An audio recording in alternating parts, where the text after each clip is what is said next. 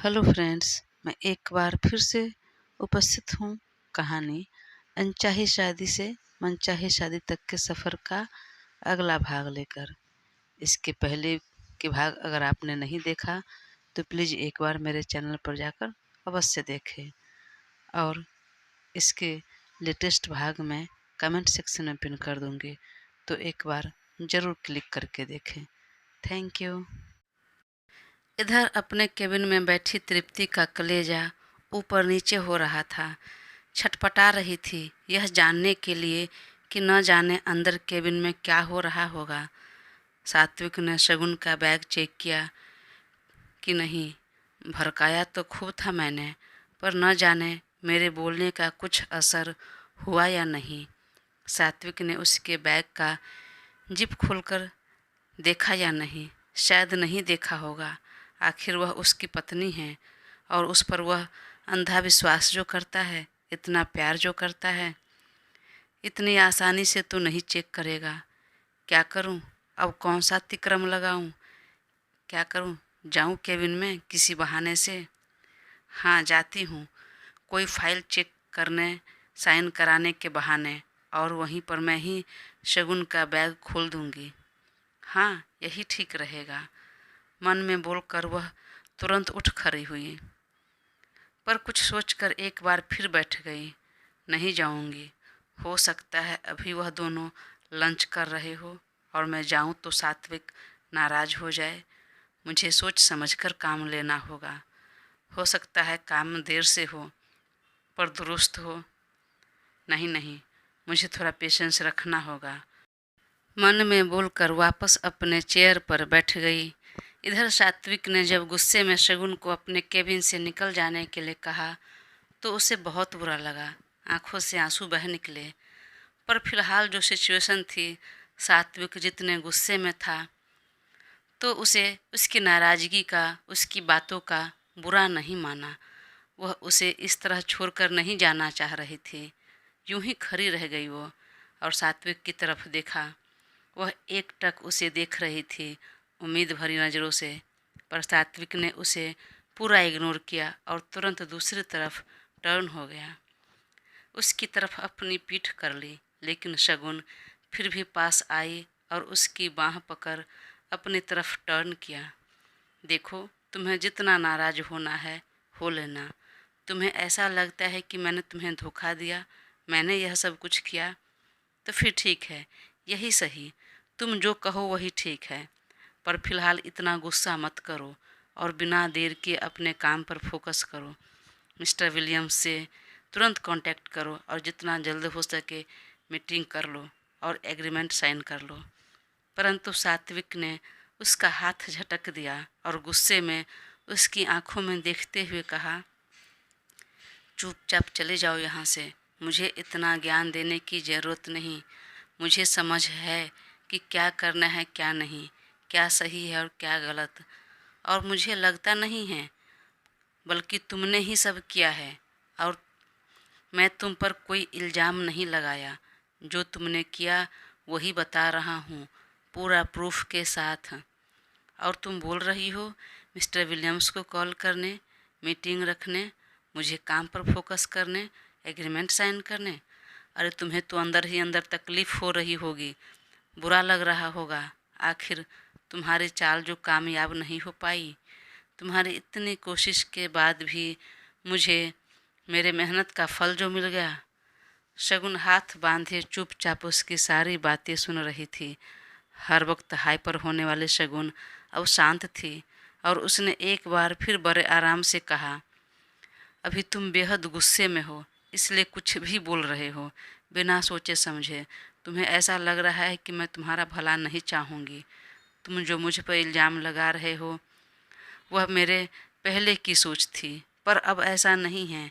मैं भी तुम पर बहुत विश्वास करती हूँ, बहुत प्यार करती हूँ और उस सब को मैंने बहुत पीछे छोड़ दिया है। तो प्लीज़ एक बार शांति से ठंडे दिमाग से सोचो। मैं भला ऐसे क्यों करूँगी? क्या मिलेगा मुझे यह सब करके? तुम्हें मुझ पर भरोसा नहीं करना, मत करो और मैं चली भी जाऊँगी, लेकिन इस सब से हटकर अपने काम पर फोकस करो प्लीज़ किसी और के लगाए आग से हमारे रिश्ते को, प्यार को जलाकर राख मत करो, मत होने दो, खाक हो मत होने दो। बस तुम कुछ दिनों के लिए शांत हो जाओ, जब तक तुम्हारा काम नहीं हो जाता, एग्रीमेंट साइन नहीं हो जाता तब तक। उसके बाद जिसने भी यह किया है मैं उसका पता लगा लूँगी, मैं उसकी पोल खोल दूँगी। पर शगुन के किसी भी बातों का सात्विक पर कोई फर्क नहीं पड़ा। उसने अपने दोनों हाथ बांध लिए और फिर कहा, किसने किसने किया? ऐसा कौन हो सकता है? तुम बताओ, किसने किया होगा? कोई हमारे आस पास की है जो हमसे बेहद करीब है, और तुमसे कुछ ज़्यादा ही। मेरी लाइफ में सबसे ज़्यादा करीब तुम ही हो, तुम्हारे अलावा और कोई भी नहीं है। तो फिर तुम किसके बारे में बात कर रही हो? बोलो। नहीं बोल सकती फ़िलहाल, क्योंकि मेरे पास कोई सबूत नहीं है। तुम नहीं बोल सकती क्योंकि ऐसा कोई है ही नहीं। तुम अपना इल्ज़ाम किसी और के सर पर मरना चाहती हो, बस इसलिए इतने चिकनी चुपड़ी बातें करने लगी। पर अब मैं तुम्हारी बातों में नहीं आने वाला, सो प्लीज़ मेरे केबिन से बाहर जाओ। उसने इतने सख्ती से कहा कि शगुन सकपका गई और धीरे से बोली, आखिर ये चुड़ैल अपने चाल में कामयाब हो ही गई। हमारे प्यार भरे रिश्ते में अपनी गंदी सोच वाली दीमक लगा ही दी। पर कोई नहीं, तुम कुछ भी कर लो, तुम्हें मैं किसी भी चाल में कामयाब नहीं होने दूंगी। फिर बिजनेस सात्विक को तो मिलेगा ही, और सात्विक मुझे ही मिलेगा। हम दोनों एक दूसरे के ही रहेंगे। वह धीरे से बोल रही थी, परंतु सात्विक ने सुन लिया और तुरंत कहा, चुड़ैल? कौन सी चुड़ैल? किसके बारे में बात कर रही हो तुम? कोई नहीं, रहने दो अभी। एक सेकंड, एक सेकंड, कहीं तुम्हारा इशारा तृप्ति की तरफ तो नहीं है? उसके बारे में तो बात नहीं कर रही। इससे पहले भी तुम बोल रही थी, तृप्ति का नाम ले रही थी, उसके ऊपर कुछ ब्लेम कर रही थी। बोल रही थी नहीं, अभी भी बोल रही हूँ, और मैं कोई इल्ज़ाम नहीं लगा रही, ब्लेम नहीं कर रही। मैं पूरी तरह श्योर हूँ यह सब उसी का किया धरा है। पता है, उस दिन भी तुमने मुझे डांटा और मम्मी के घर चले जाने को कहा, और तब जब मैं केबिन से बाहर निकली तो वह जस्ट बाहर खड़ी थी और मुझे देखकर तिरछी स्माइल की और ऑल द बेस्ट कहा कि अब मैं तुम्हारी लाइफ में कभी वापस नहीं आऊँगी। बहुत अजीब तरह से हंस रही थी। वह अपनी बात पूरी करती उससे पहले ही सात्विक ने उसकी कलाई पकड़कर लगभग खींचते हुए उसे अपने प्राइवेट में रूम में ले जाकर जोर से उसे छोड़ दिया, जिससे वह थोड़ा दूर जाकर जमीन पर गिर गई। शगुन को पीछे कमर में चोट आई और उसने कलाई इतनी जोर से पकड़ा था कि जिससे उसके ब्रेसलेट का हुक चुभ गया और खून निकल आया। शगुन के दोनों आँखों में आंसू आ गए, पर फिर भी उसने बिल्कुल ध्यान नहीं दिया, बल्कि और चीखते हुए कहा, तुम्हारा दिमाग तो ठिकाने हैं या फिर सबको अपने जैसे समझती हो? तुम ऐसा कैसे सोच लिया कि वह ऐसा कर सकती है? उसने हर कदम पर हर पल मेरा साथ दिया है, वैसा करना सपने में भी नहीं सोच सकती है। उल्टा उसने तो कितनी बार वार्न किया मुझे, पर मैं तुम्हारे प्यार में पागल, कुछ समझ नहीं पाया, देख नहीं पाया। काश मैं पहले उसकी बात समझ लिया होता, मान लिया होता, तो आज यह सब हुआ ही नहीं होता। और तुम्हारी प्रॉब्लम क्या है? उससे जलन क्यों होती है इतनी? और वह कभी तुम्हारा नाम तक नहीं लेती, हर वक्त मैम कह के बुलाती है, और तुम उसके बारे में ये सोच रखती हो? इतना मन में नफ़रत क्यों है? क्यों जलन है इतनी? जैसा तुम सोचती हो वैसी जरा भी नहीं है वो। उसके बारे में तुम मुश्किल से महीने 2 महीने से जानती हो, और मैं सालों से जानता हूँ। बचपन की दोस्त है वह मेरी। ऐसा कुछ भी नहीं करेगी वो, करेगी नहीं, कर चुकी है। और इससे ज़्यादा कुछ हो, तुम माफ़ी मांगने के लायक भी नहीं रहो, तो प्लीज़ थोड़ा सा यकीन करो मुझ पर। वह भले ही तुम्हें अपना दोस्त मानती है, पर तुम्हारा भला कभी नहीं चाहती है वह। अब मैं जो भी सोच रही हूँ, उसके बारे में जो भी बोल रही हूँ, गलत नहीं बोल रही हूँ। कुछ तो मुझे भी दिखा होगा, लगा होगा, तभी तो ऐसा बोल रही हूँ। वह सच में हमें अलग करने के लिए आई है। वह बेहद शातिर और चुप, बिल्कुल चुप। अब आगे एक शब्द और उसके खिलाफ मैं बर्दाश्त नहीं करूँगा।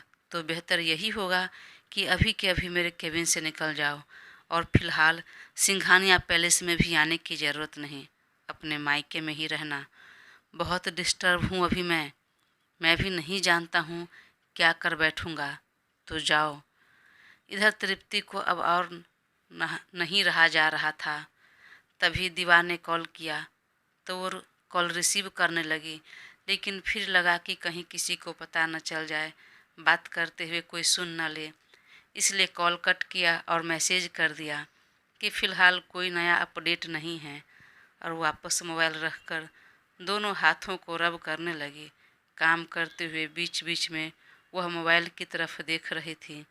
अगर ऐसा कुछ होगा तो हो सकता है सात्विक मुझे अपने केबिन में बुलाए। इधर शगुन अब रोने लगी। सात्विक, मैं तुम्हारी हर बात मानूंगी, मैं चली भी जाऊंगी, पर प्लीज़ मुझ पर थोड़ा भरोसा करो। यह झूठे इल्ज़ाम मत लगाओ और इतना गुस्सा मत करो। सच में मैंने ऐसा कुछ नहीं किया है। तुमसे प्यार करती हूँ, मैं बहुत प्यार करती हूँ। एक बार मुझ पर भरोसा करो। भरोसा और तुम पर अब नहीं, कभी नहीं। और तुम मुझे माफ़ करो।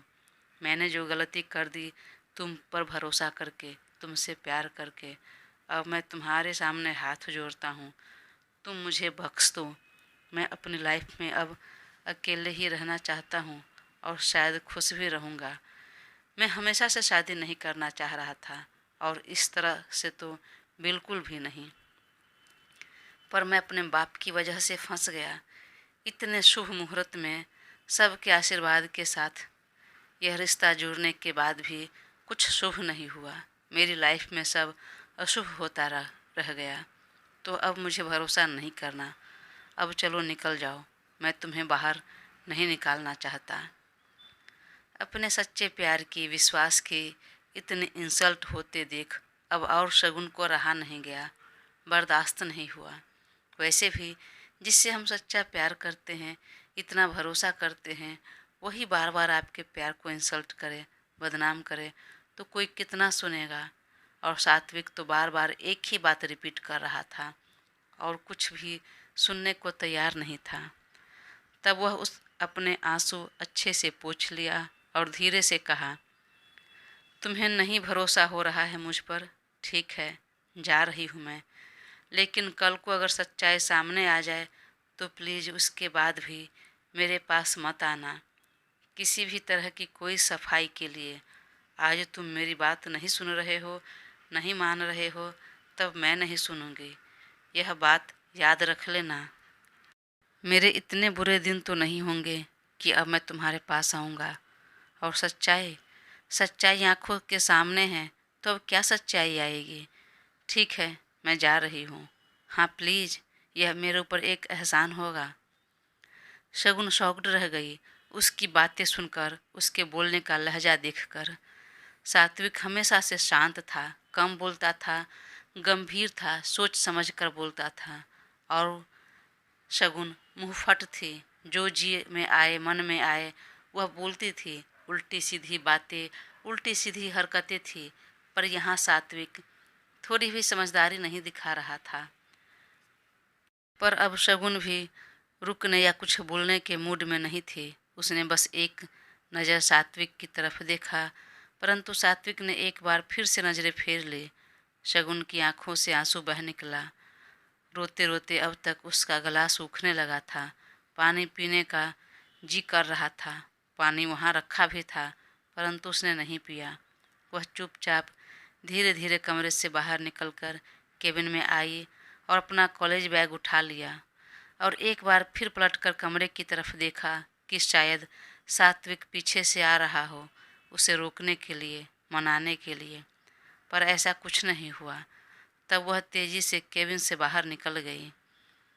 उसने अपने आंसू पोंछ लिए थे, पर उसकी आंखें लाल और सूजी हुई थी।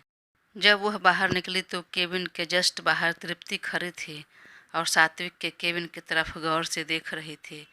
तभी उसकी नज़र शगुन पर पड़ी और उसका रोया हुआ चेहरा देख लिया और उसे समझते देर नहीं लगी कि उसकी चाल कामयाब हो चुकी है।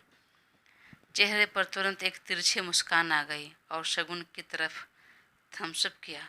शगुन को तो जी में आया कि अभी जाकर 4 झापड़ रसीद दूँ, पर फिलहाल जो सिचुएशन था उसमें ऐसा करने से सात्विक की नाराज़गी और ज़्यादा बढ़ जाती, जो कि वह नहीं चाहती थी।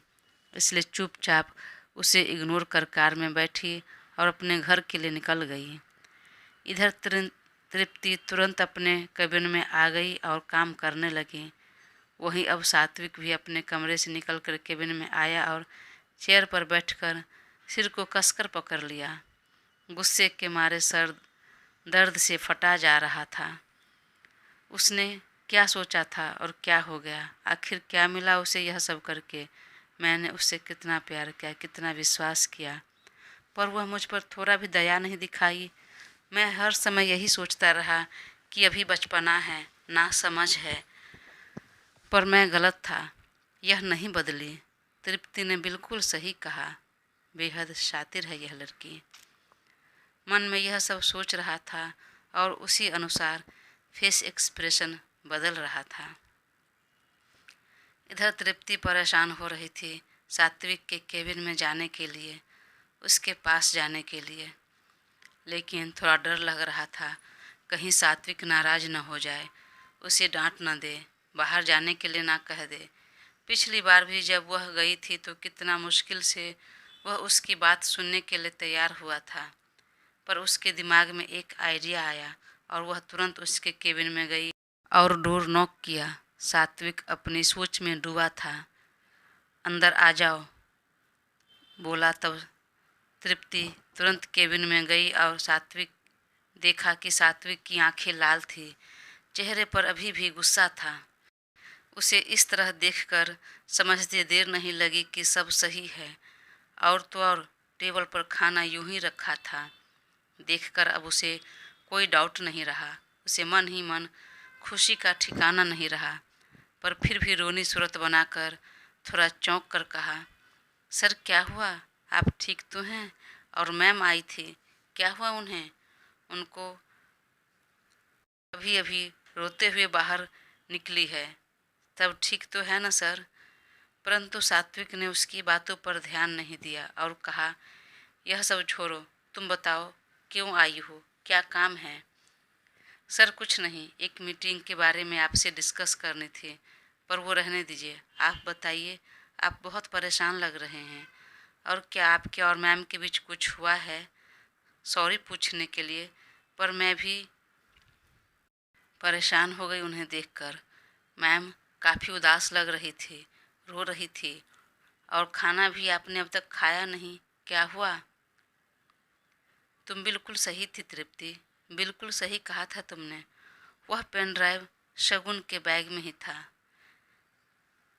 अच्छा, तो मैम ने दिया? अभी? सात्विक ने ना में सिर हिलाया। नहीं, वह क्यों देगी? वह तो कुछ ढूंढने के लिए मुझे कहा, तब मैंने बैग का जिप खोला तो यह पेन ड्राइव मिला। इसमें वही प्रेजेंटेशन वाली फाइल है। तृप्ति के चेहरे पर बड़ी मुस्कान आ गई, पर तुरंत अपने चेहरे पर हाथ रख लिया और शॉक्ड वाला एक्सप्रेशन बनाते हुए कहा, व्हाट? सच में था? तब सात्विक ने हाँ में सिर हिला दिया। पर मैम ने क्यों किया ऐसा? क्या मिला उन्हें यह सब करके, आपको परेशान करके, दुखी करके? आप इतना दिन रात मेहनत किए थे, एक बार फिर कर रहे थे। आपकी इतनी इंसल्ट करके भला ऐसा भी कोई कर सकता है, वह भी अपनी पत्नी? मैं भी नहीं जानता और न जानना चाहता उसने ऐसा क्यों किया, पर फिलहाल उसकी बातें स्टॉप करो। मुझे इस बारे में अब कोई बात नहीं करनी। मेरा मूड बहुत ज़्यादा ऑफ है। और यह सब छोड़ो, और क्या काम था बताओ, किस मीटिंग के बारे में डिस्कस करनी है? सर फिलहाल कोई डिस्कस नहीं करनी, कोई मीटिंग, कोई काम ज़रूरी नहीं है। अभी आपका मूड बेहद ऑफ है, तो प्लीज़ आप शांत रहिए और सबसे पहले आइए लंच कीजिए, नहीं तो आपकी तबीयत खराब हो जाएगी। नहीं, मैं नहीं खाऊंगा, बाहर लेकर जाओ खाना को। प्लीज़ सर, बात मानिए।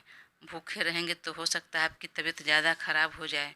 और नाराज़गी छोड़िए, कहीं ना कहीं यह तो खुशी की बात है कि आपको आपका प्रेजेंटेशन मिल गया, आप डबल मेहनत करने से बच गए। तो प्लीज़ खाना खाइए और अभी के अभी मिस्टर विलियम्स से कांटेक्ट कीजिए और जल्द से जल्द इस मीटिंग को रखिए। नहीं, अब मन नहीं कर रहा। अब मैं उसके साथ इस बिजनेस का पार्टनर नहीं बनना चाहता।